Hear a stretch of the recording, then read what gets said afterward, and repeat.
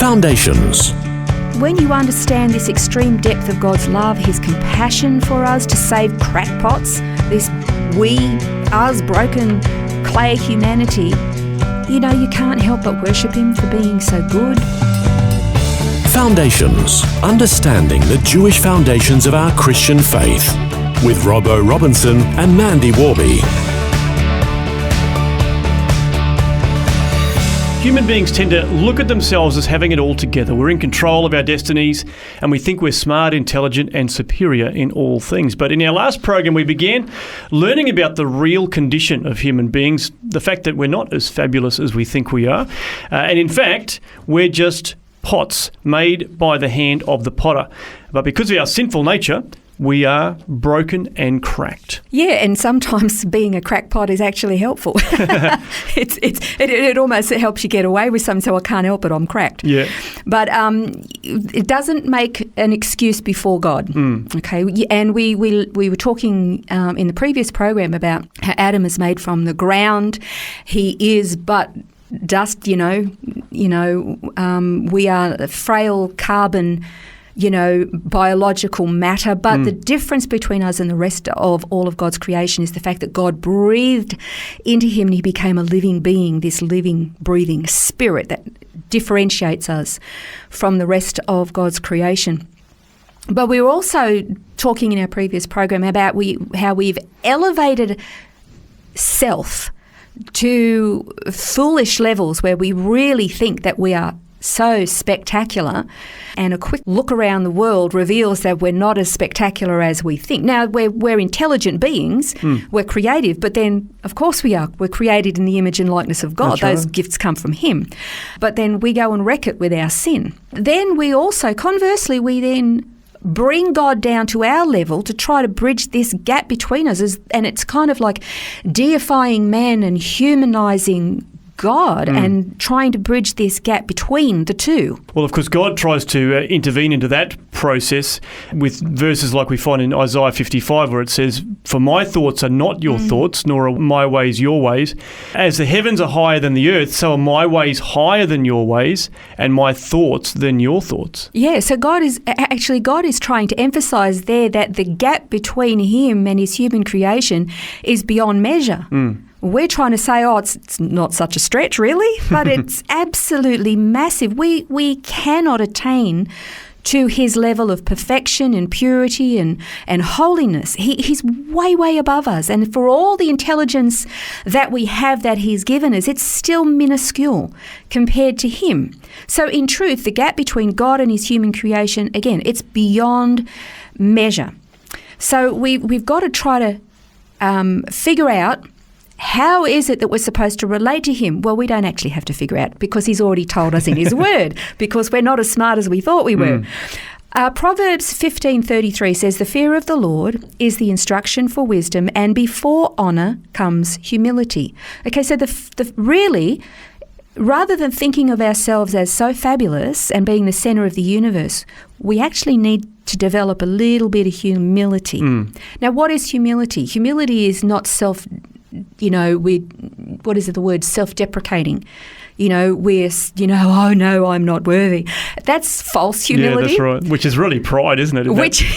Because then you're just waiting for everybody to say, oh yes, you are. You're positively fabulous.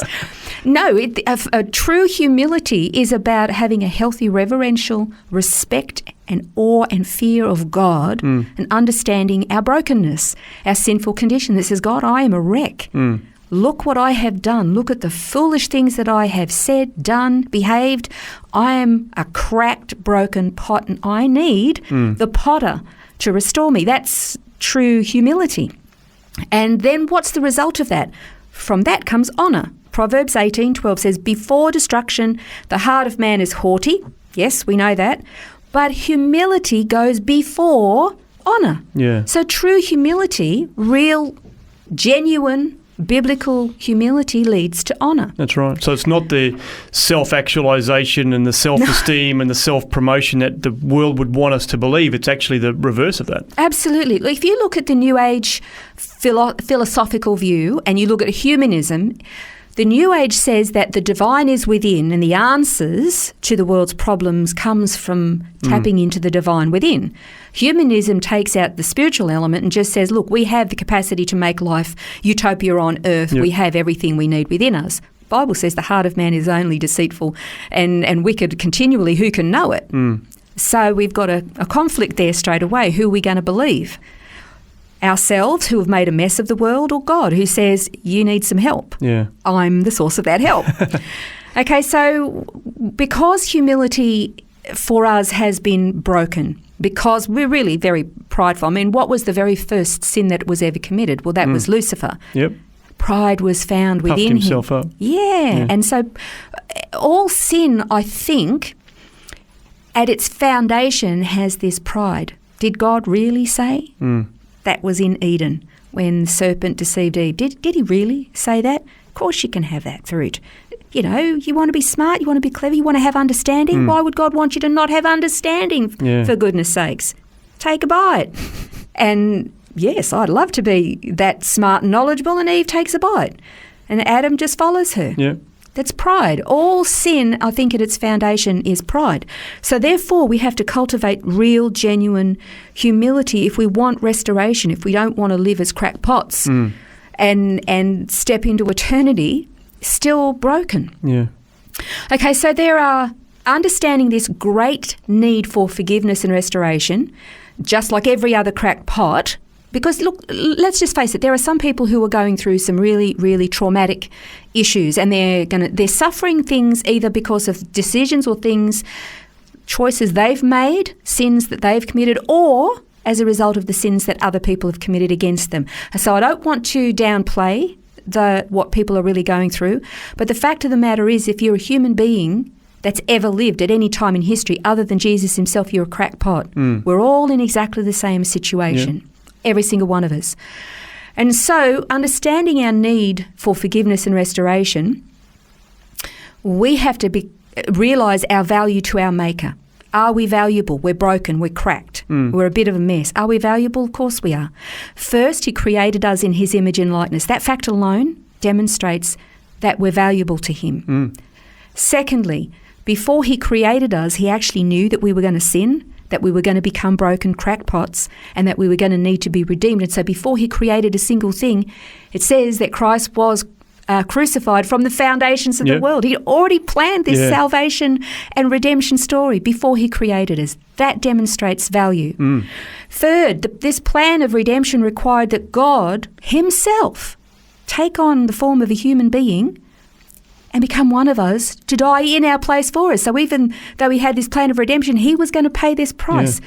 That demonstrates our value. And once again, that was planned before Adam and Eve sinned. God wasn't saying, oh no, what's happened? What am I going to do? It was all already in place and planned out in full. He wasn't scrambling to come up with a way of saving us. He already knew. It was way ahead of us. And then lastly, when you understand this extreme depth of God's love, his compassion for us to save crackpots, this us broken clay humanity, you know, you can't help but worship him for being so good and so gracious and so compassionate. That is what should be developing in us, genuine humility, as we mentioned before. Grateful that God would go to such lengths. I mean, he's rescuing damaged goods. And you know what? It's okay to say, I'm damaged goods. I'm a crackpot. Yep. And I need rescuing. I know that. And thank God that he did what he did for us. Where would we be if he hadn't done that? Oh, this is just fantastic. Anyway, so the Jewish community have very much been ridiculed over the centuries because of their distinctiveness in how they dress, their culture, you know, the tassels and the kippah on their head and everything else. You know, it makes them stand out. It's a very humbling thing for them to wear those things. And if you're not in Israel and you're in another part of the world and you wear that gear, you know, you become a target. Yeah. It's a very humbling thing to do. And the Jewish people, you know, are criticised and called racist because they say they're the chosen people. Well, they often put their hands up and say, Lord, would you just choose someone else for a little while? Right, yeah. Because it's hard being in that spotlight. But they have a purpose. And from the purpose that we get from them, we learn this richness, these foundations, these standards, principles, so that we can ourselves be adopted into this family, this commonwealth of Israel. and know this God who has gone to such lengths because we're so valuable to him. And ultimately, he gets all the glory. Yeah, absolutely. And it reminds me of the scripture that says that he gives grace to the humble, but he resists the proud. So that's kind of where, that humility actually brings that relationship and the reconciliation. You don't want to be on the opposite, on that side. Now, the other, just very quickly, we're out of time. I'll finish with this. Remember in John 17 where he was praying for his disciples and he actually said to them, they were fighting over who was going to be the greatest. Yeah. And he said, it's the Gentiles who lord it over others. That's not the way it is to be with you. And then he demonstrated what it meant by stripping down, wrapping a towel or a blanket around him and washing their feet, taking the lowest form of servant. Now, here's what he said. A servant is not greater than his master. Jesus is our master, and if he took that lowest humbling position and we're not greater than him, then we should be doing likewise. Yes, we are his children. Yes, we're adopted in. But we're not greater than our master, and we have to be humble before the Lord. And there's more in the notes about this. You can read it at vision.org.au/foundations. Well, in our next program, we're going to try and figure out how it's possible for God to forget our sins when he is all-knowing. This has been Foundations, a look at the Jewish foundations of our Christian faith. For study notes, resources and more, see vision.org.au/foundations.